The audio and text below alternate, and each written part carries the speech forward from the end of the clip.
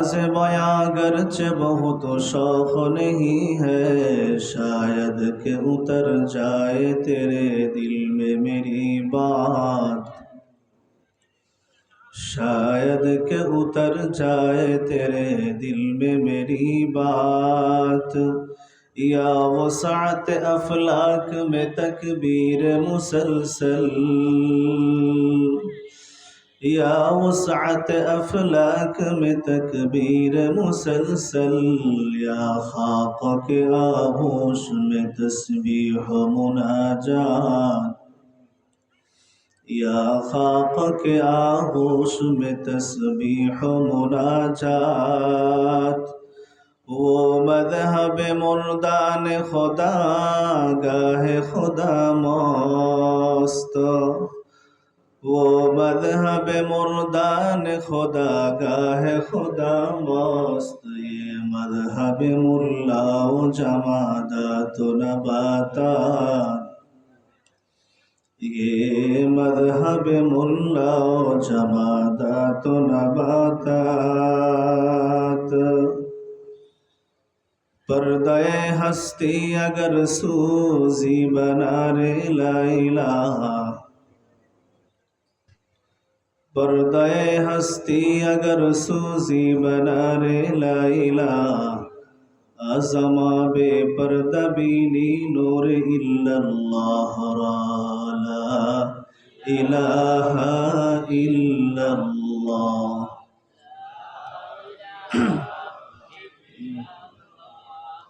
ला इलाहा इल्लल्लाह, तेरे सिवा मअबूद हकीकी कोई नहीं है, कोई नहीं।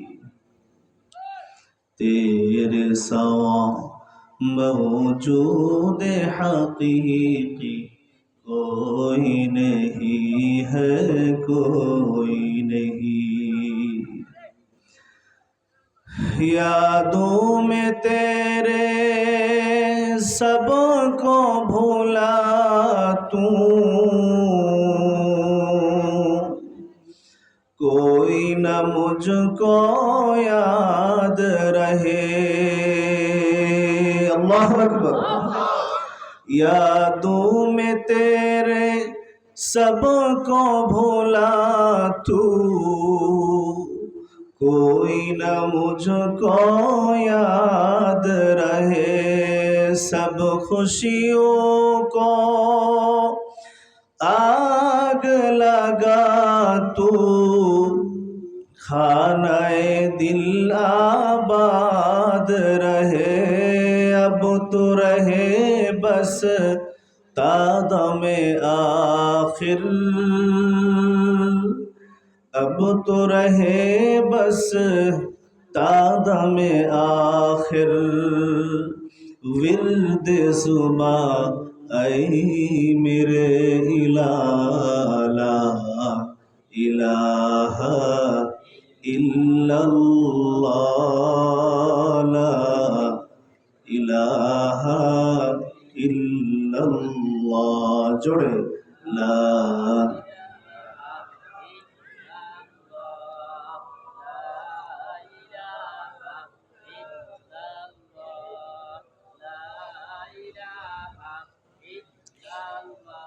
ला इलाहा इल्लल्लाह मुहम्मदुर रसूलुल्लाह सल्लल्लाहु अलैहि वसल्लम।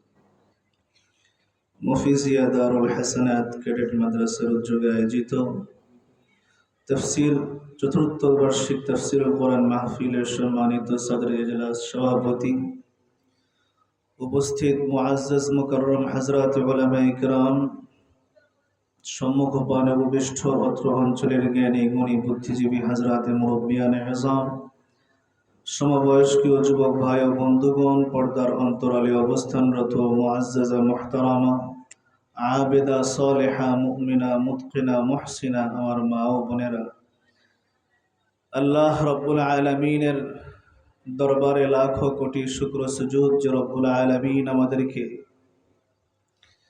এ গভীর রজনীতে কোরআনের নিসবতে, কোরআনের বরকতে সামিয়ানার নিচে কোরআনের মাহফিল শোনার জন্য আমাদের সকলকে যথাসময়ে একত্রিত হওয়ার এবং সেই সঙ্গে কোরআন ও সুন্নাহর আলোকে জরুরি কিছু কথা আলোচনা করবার এবং শুনবার তৌফিক এনায়েত করছেন। আমরা খুশি না বেজার? জোরে বলতে হবে, খুশি না বেজার?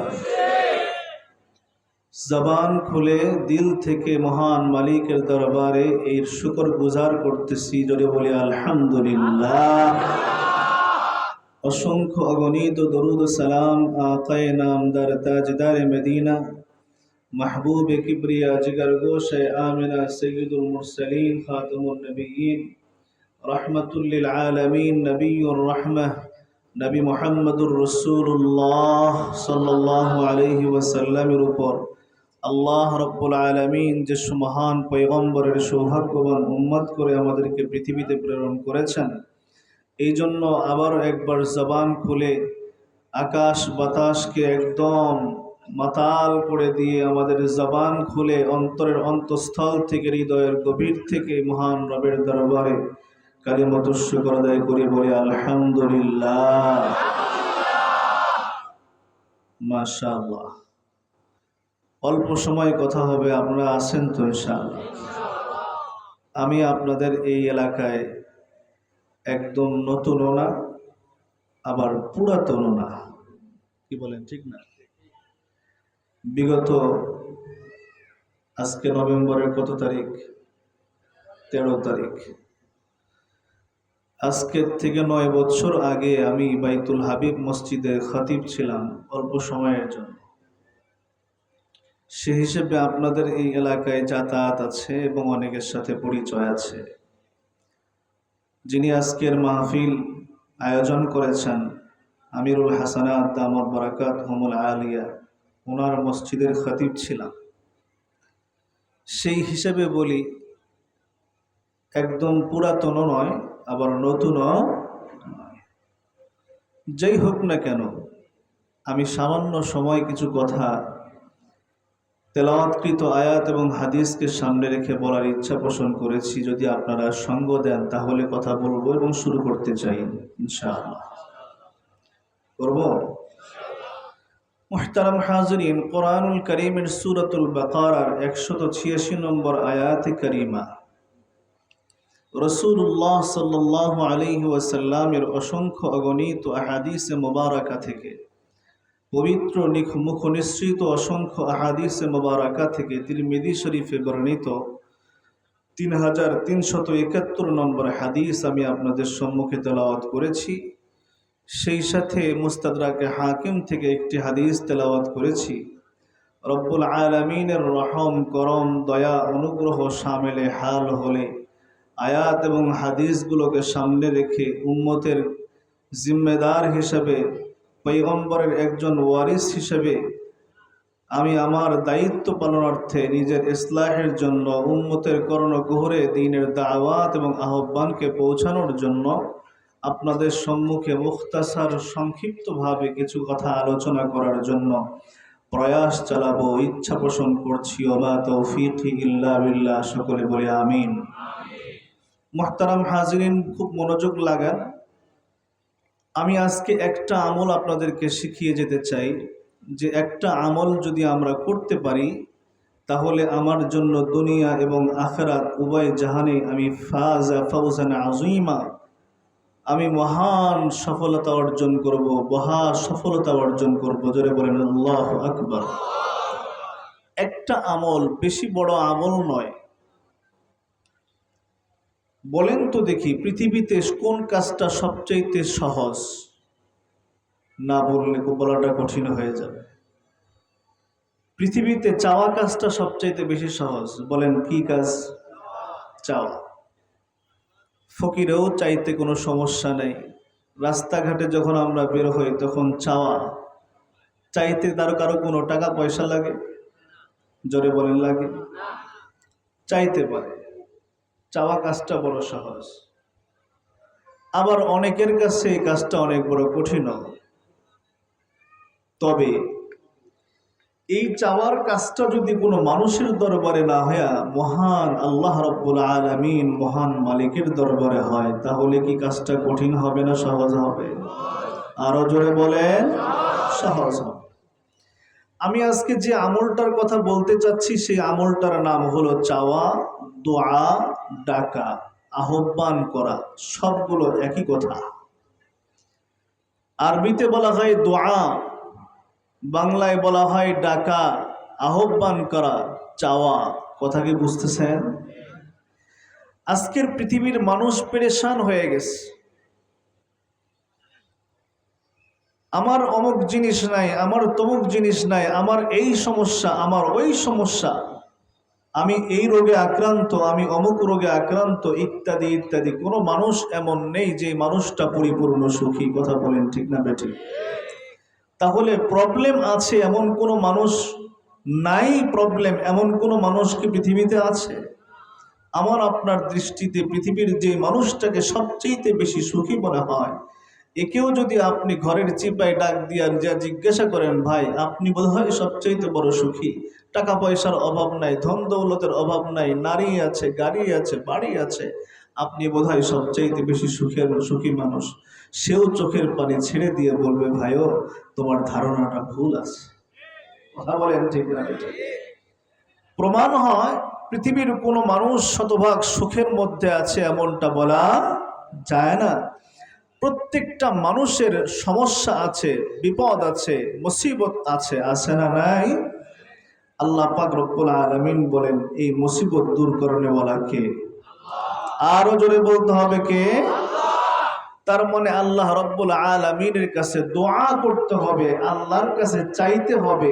এই দোয়া করা, চাওয়া, এইটাতে আমরা আল্লাহর কাছে চাইতে এখন লজ্জাবোধ করতেছি।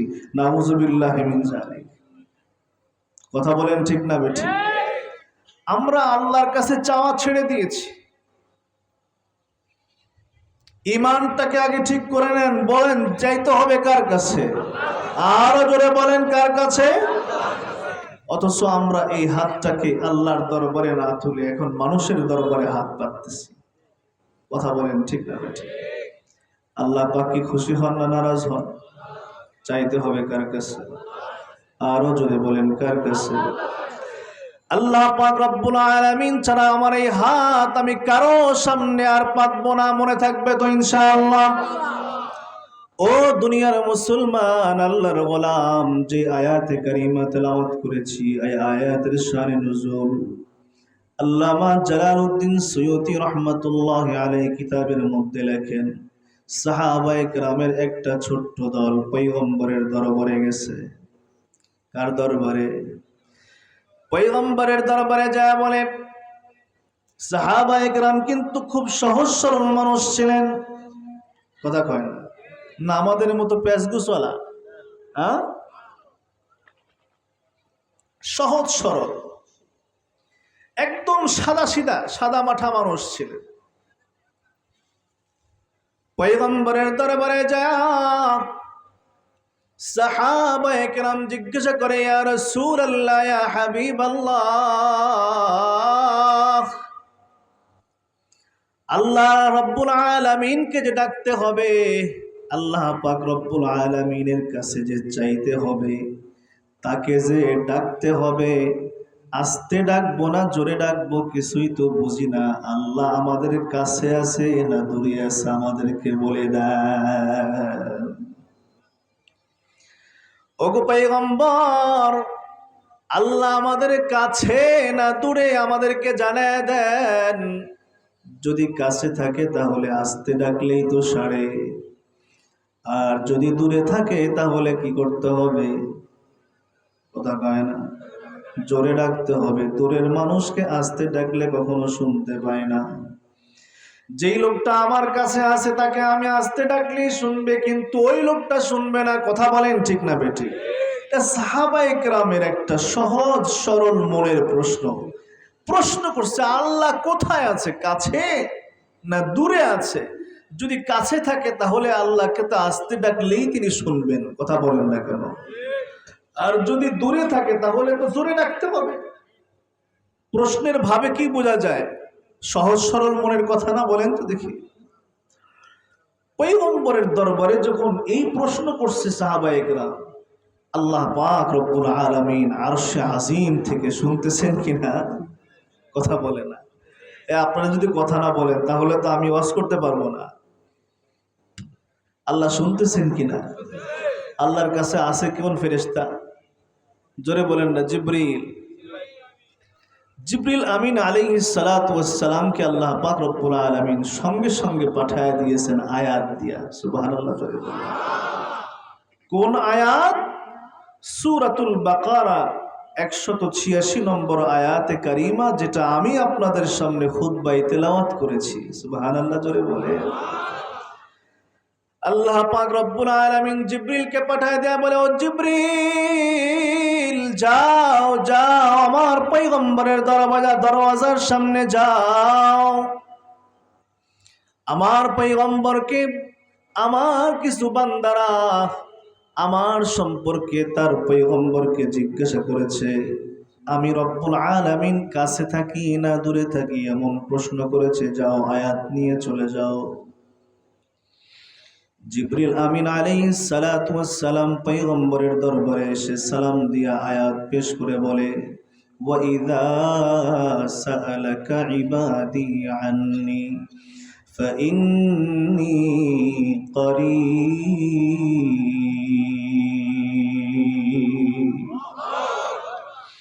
জিবরিল ডাক দে বলে, পয়গম্বর আল্লাহ পাক রব্বুল আলামিনের পক্ষ থেকে আয়াত অবতীর্ণ হয়েছে। ও জিবরিল কিসের আয়াত অবতীর্ণ হলো? পয়গম্বর ডাক দেয়া বলেন, কিসের আয়াত অবতীর্ণ হয়?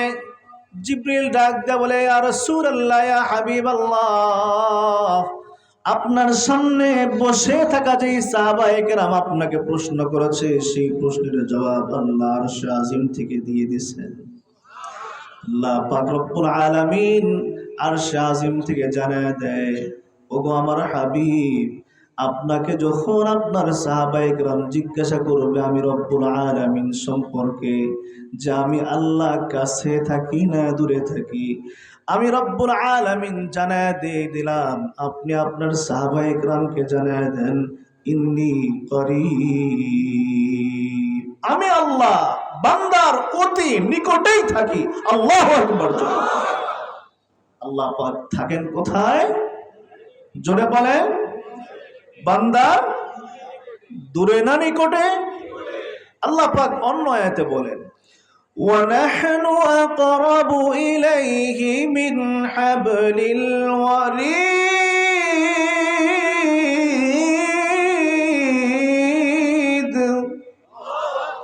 আল্লাহ পাক রব্বুল আলামিন বলে, ও বান্দা, আমি রব্বুল আলামিনের কাছে চাও, আমি আল্লাহ পাক রব্বুল আলামিনকে ডাকো। আমি আল্লাহ পাক রব্বুল আলামিন তোমার থেকে দূরে নয়, আমি রব্বুল আলামিন তোমার এতটাই কাছে থাকি যে তোমার সাহারা তোমার যতটা নিকটে তার চাইতে আমি রব্বুল আলামিন তোমার নিকটে। বান্দারে আর কাউরে ডাকিস না, কাউরে ডাকিস না, আমি রব্বুল আলামিনকে ডাক। তুই তো আমার মুমিন বান্দা।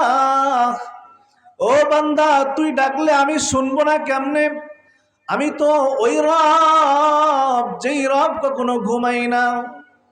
আল্লাহু লা ইলাহা ইল্লা হুয়াল হাইয়ুল কাইয়্যুম লা তাখুযুহু সিনাতুন ওয়া লা নাওম।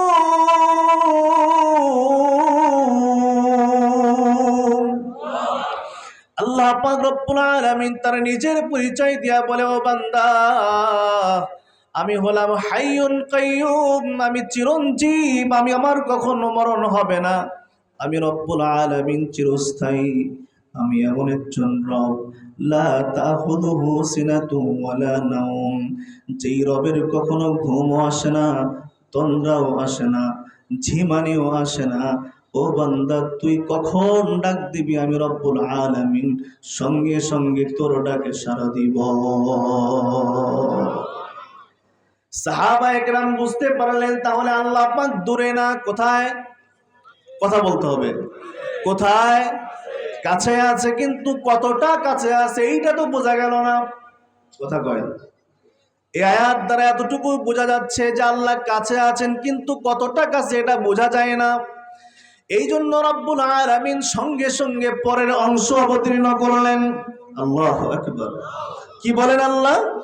উজিবু দাওয়াতাদ দাঈ ইযা দাআন।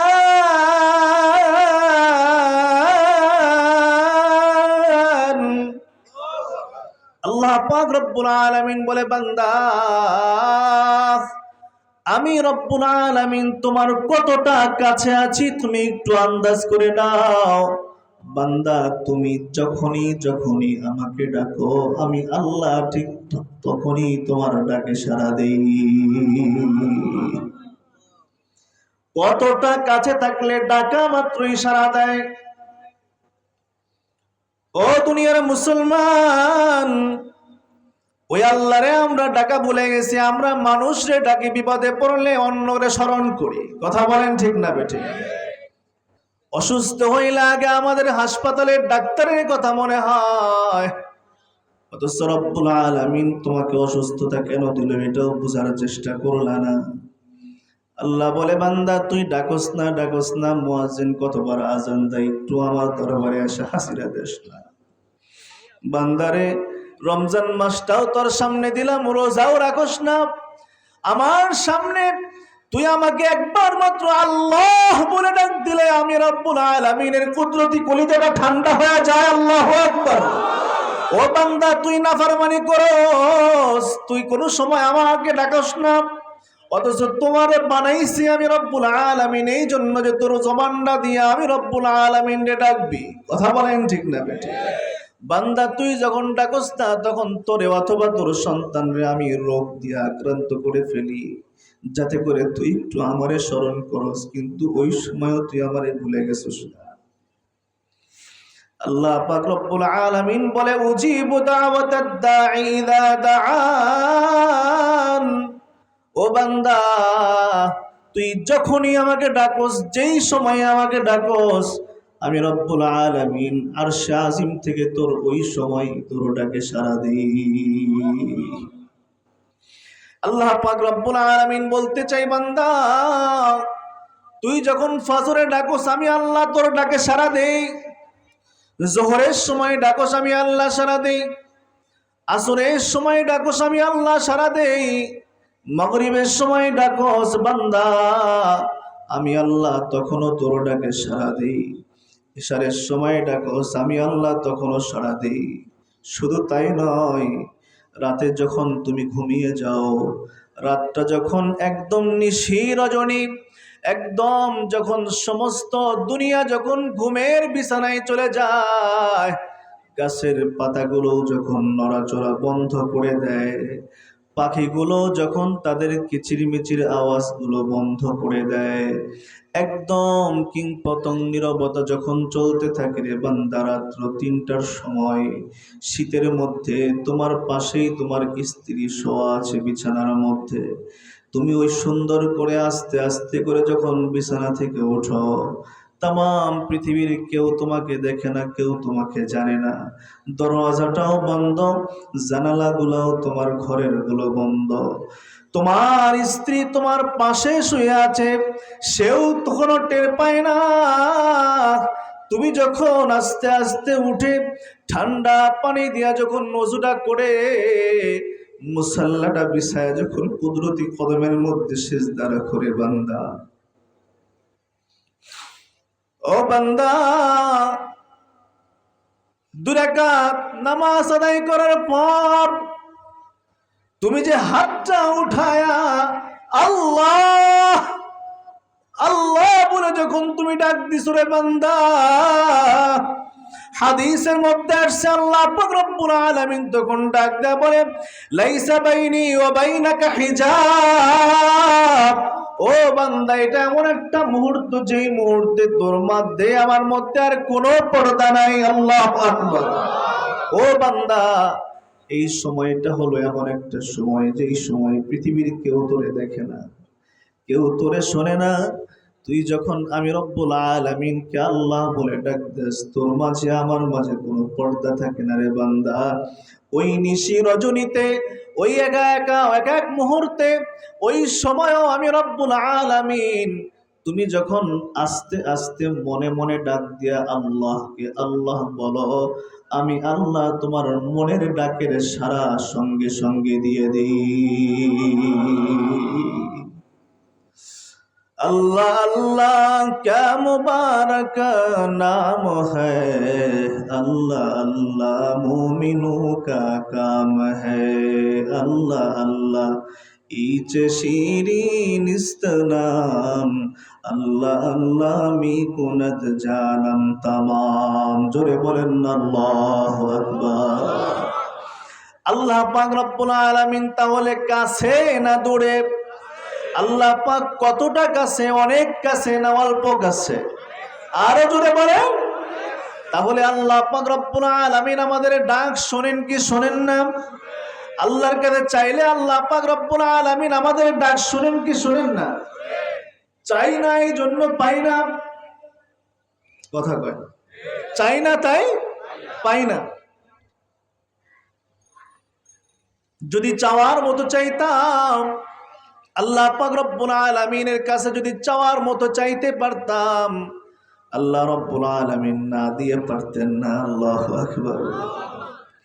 আল্লাহ পাক রব্বুল আলামিন কাফেরের কথাও শুনেন, আল্লাহ পাক বেঈমানের কথাও শুনেন, আল্লাহ পাক কখনো কখনো আবু জেহেলের কথাও শুনছেন, উতবা সাইবার কথাও আল্লাহ পাক রব্বুল আলামিন শুনেছেন। কথা বলেন ঠিক কিনা?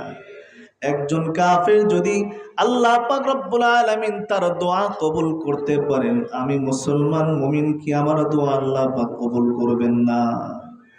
আশরাফ আলী থানভী রহমাতুল্লাহি আলাইহি একটা ঘটনা নিয়ে আসছেন। থানভী রহমাতুল্লাহি আলাইহি বলেন, একজন হিন্দু যোগী, হিন্দু ঠাকুর চেনেন আপনারা? ঠাকুর, এই কথা বলেন না কেন? হিন্দু ঠাকুর চেনেন? হিন্দু ঠাকুর ওই পাহাড়ের মধ্যে উঠে, কিতাবের মধ্যে আসছে, আশরাফ আলী থানভী রহমাতুল্লাহি আলাইহি বলে, পাহাড়ের মধ্যে উঠে একদম নির্জনে একা একা একটা ঘরের মতো করে ছোট্ট একটা জায়গায় তার ঠিক 1-1.5 হাত মুখের সামনে একটা ছোট্ট মূর্তি।